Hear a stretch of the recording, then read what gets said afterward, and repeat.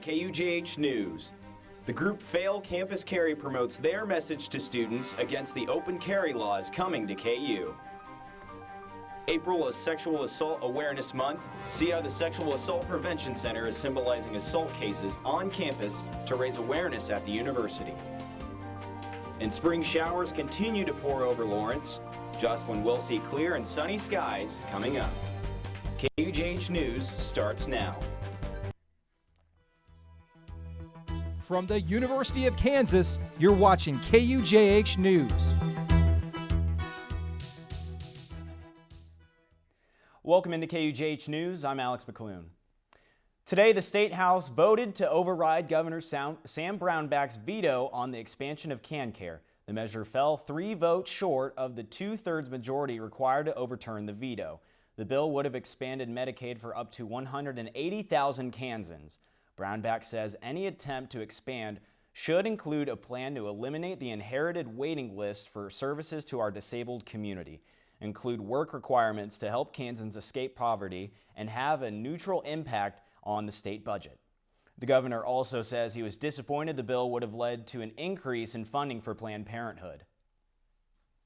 As for Kansas weather, Lawrence has had nearly 2 inches of rain since Sunday. It's expected to continue throughout the week. And KUJH reporter Lauren Davidson has more on what the rain could mean for farmers.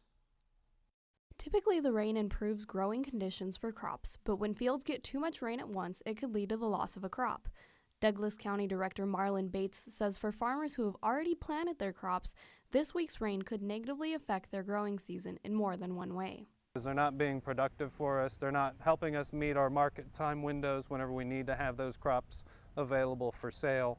But it also can be bad because if that extended period of time becomes injurious, then we can certainly lose the entire crop. On the other hand, for farmers who haven't planted crops yet, Bates says it's critical for farmers to get things such as broccoli and cabbage planted as soon as possible.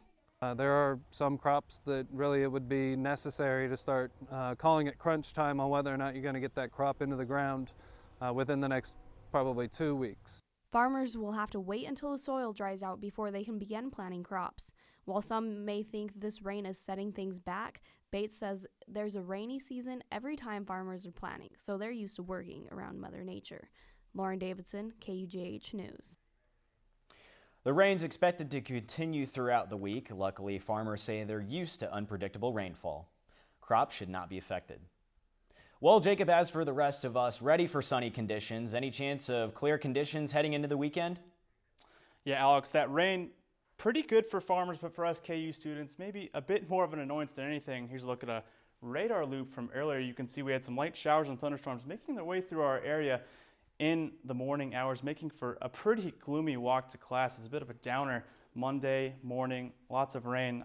It was a pretty gloomy start to my day. Since then, our showers have pushed out of our area. Right now, 60 degrees, mostly cloudy skies, although the sun might peek through a little bit. Humidity, 83%. It is extremely humid out there. It's muggy, but this west-northwest wind certainly going to help things out a little bit. Fortunately, we should remain dry for the rest of the day. By 5 o'clock, 60 degrees. As we go on throughout the day, our temperatures gradually going to decrease, 59 degrees by 6 o'clock. Our winds are gradually going to die down as well. 56 degrees by 8 o'clock, and by 55, rounding out your night with 55 degrees, Now, 12 days in a row. We've had 12 days in a row of rain. Is that streak going to continue? I'm going to have all the details coming up. All right, thanks, Jacob. The group Faculty for a Safer Campus will host an opportunity for students to speak out against concealed firearms on campus tomorrow afternoon outside Wesco Hall. The Kansas House Bill 2074 requires that carrying a concealed handgun at any state or municipal building cannot be prohibited. The bill has not been popular at KU. In 2015, more than 80% of students and faculty oppose firearms on campus. One university professor says he opposes the bill because it ignores what he thinks universities want. I think coming to a quick conclusion, in this case that is established by the governor and the legislatures without the input of faculty or students, especially when you know that 87% of us are against it, doesn't seem to be very democratic at all. Graham also says she feels she's fighting for democratic rights because of the legislature imposed on KU without support. April is Sexual Assault Awareness Month, and KU is doing its part to inform and assist students on campus. Center was created about a year ago. Its program is based on collaborating efforts with students and full-time faculty. This year's focus is on engaging new voices. The first event will be a display this week along Watson Library's front lawn featuring over 3,000 flags. The center says the flags represent the 1 in 4 women that have experienced some form of sexual assault on this campus, according to enrollment number statistics. Sexual Assault Awareness Director Jen Brockman says it's important for students to be engaged not just this month, but all year. We're really challenging students to move beyond awareness into a place of action. So to take the information and knowledge they have and then to affect change. To be done talking about sexual violence and to start doing something to eliminate sexual violence on our campus. For a full list of this month's events, visit the story on our website at www.tv.ku.edu. Well, coming up after the break, our meteorologist Jacob Asherman has a full weather forecast that could include sunshine, and also an explosion in Russia kills at least 10 people this morning. More on what Russian authorities are considering a terrorist attack coming up.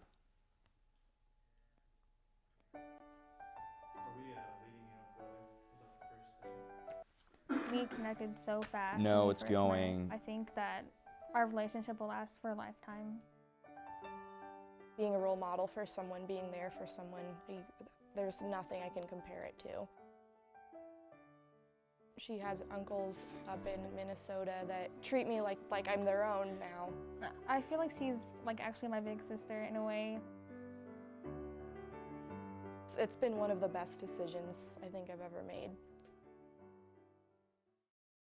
You're doing great. We're gonna try this again, okay? Okay. Wheels, pedals, handlebar, brakes. Sit up straight, keep your weight in the center, keep your eyes on the road, hands on the grips, button the seat. If we feel ourselves falling, what do? Just keep pedaling. Good girl. Now remember, it's all about balance and steering. Steer with your hands, steer with your body. Steer into the corners and you stay out of trouble. And the bell's your buddy, so go ahead and ding that. All right, you ready? Here we go. Pedal, honey, pedal. There you go, you're a bike rider. Most parenting is hard to do in just 2 minutes. But 2 minutes twice a day making sure they brush is easier, and it could help save them from a lifetime of tooth pain. A former vice principal, actor, math teacher, and minor league soccer player is releasing a documentary following the 2016 election. Joe McGovern explores the source of all the political climate shift in America. KUJH reporter Justin Ives has more from the Dole Institute of Politics, where McGovern previewed his documentary. In the documentary, The Other Side, a liberal Democrat explores conservative America, McGovern explored 7 issues in American politics: size of government, welfare, environment, abortion, gay marriage, racism, and immigration. McGovern says the best way to deal with these polarizing subjects is to watch for hyperbole. Hyperbole is useful when you're really to express an emotion, you know? I can't believe how racist Republicans are. It's got a lot of P's in it. You know, Republicans, they're racist. It's like, you can almost feel the emotion coming out, right? So learn some new ways to deal with that, to deal with those types of emotions.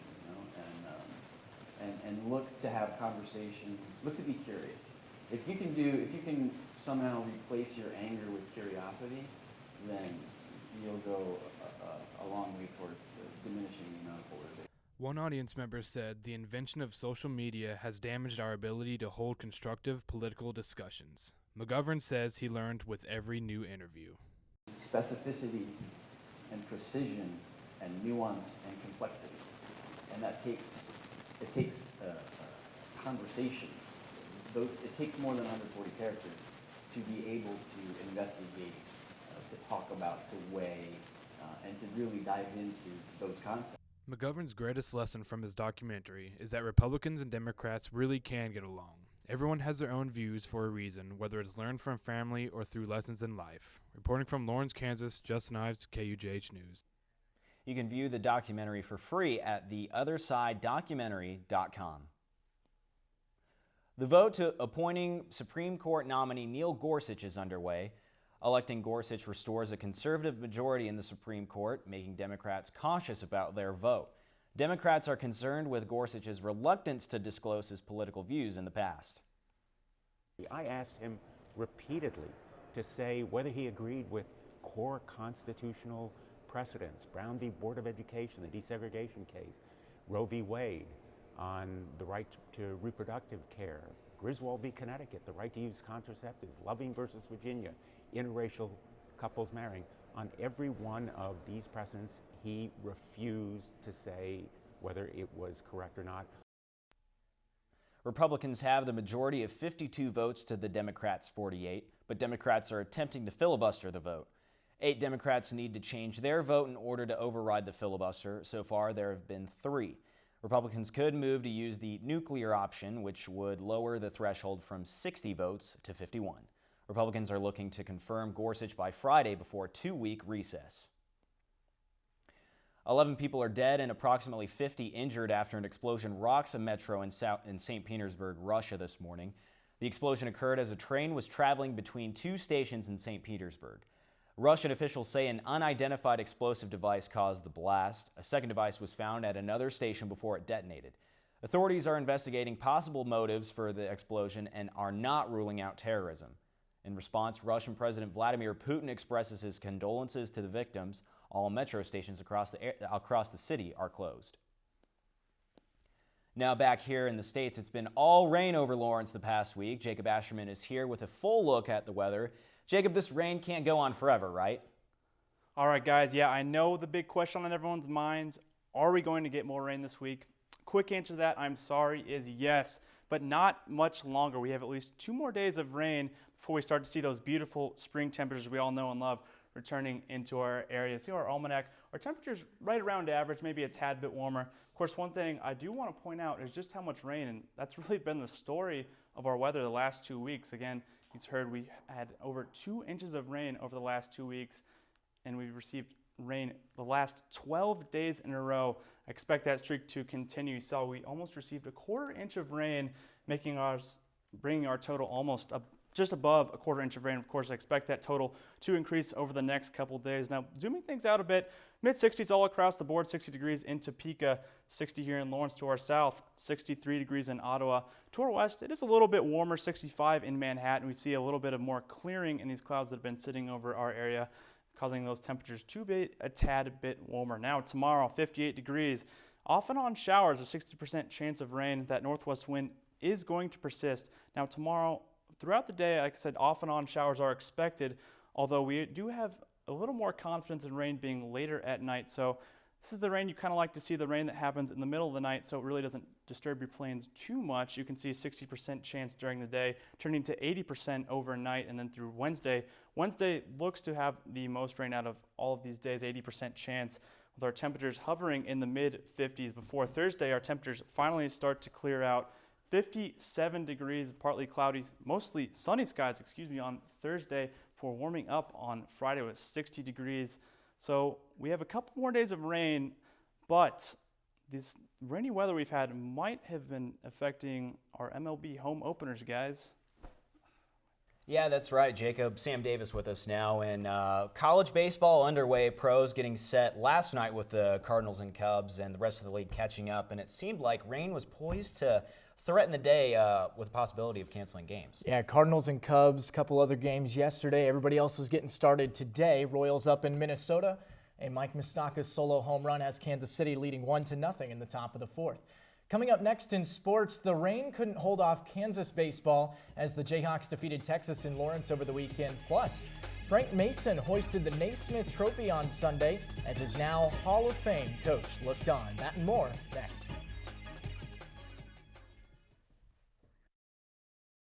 So they say it's a man's world? I don't see anybody's name on it. While they were doing their thing, we slowly changed our world. Today, women can do anything men can do. And there's one thing we're even better at.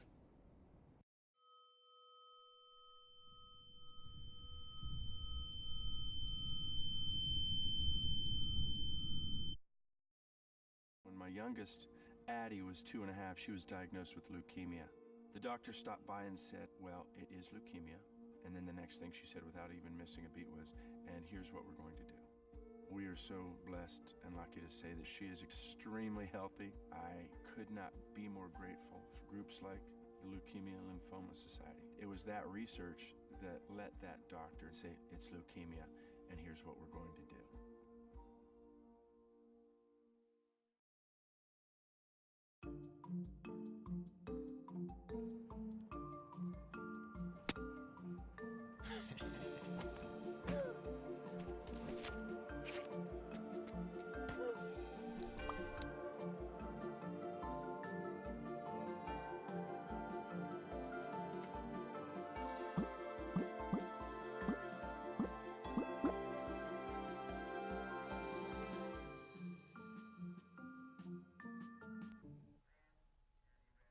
On Sunday, one of Kansas baseball's team captains etched his name into team history as the Jayhawks held off the Texas Longhorns in a 5-4 victory.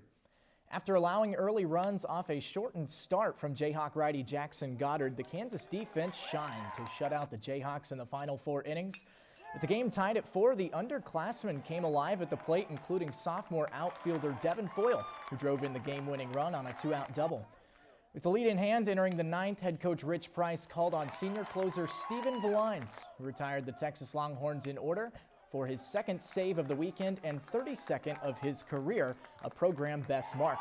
The win moves the Jayhawks to 3-3 in conference play and places Stephen Valines in rare company.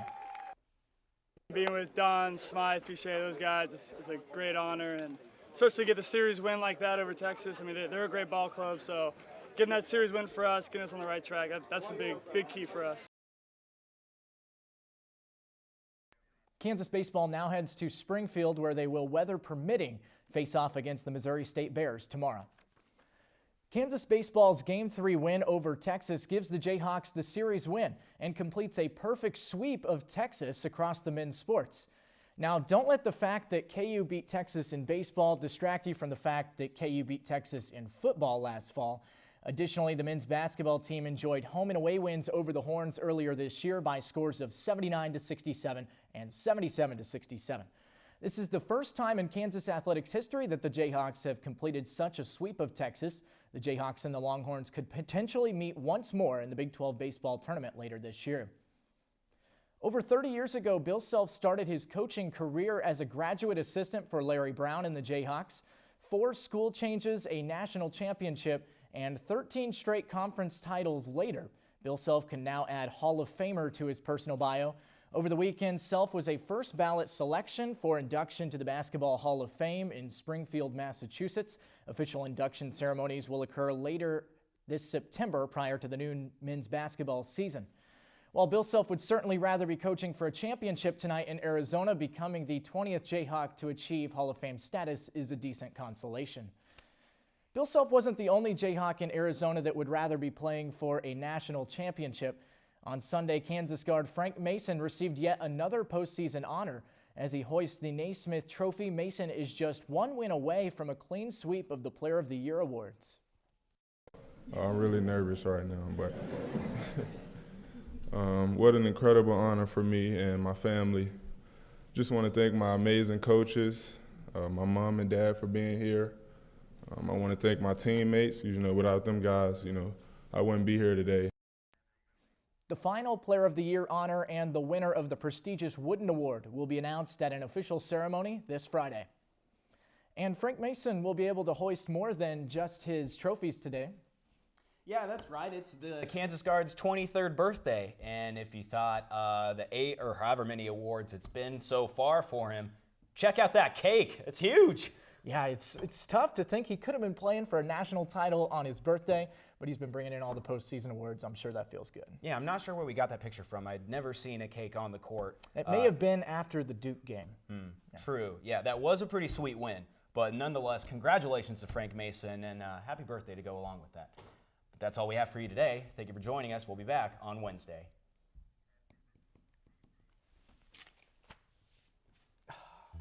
Minnesota tied. From the University of Kansas, you're watching KUJH News.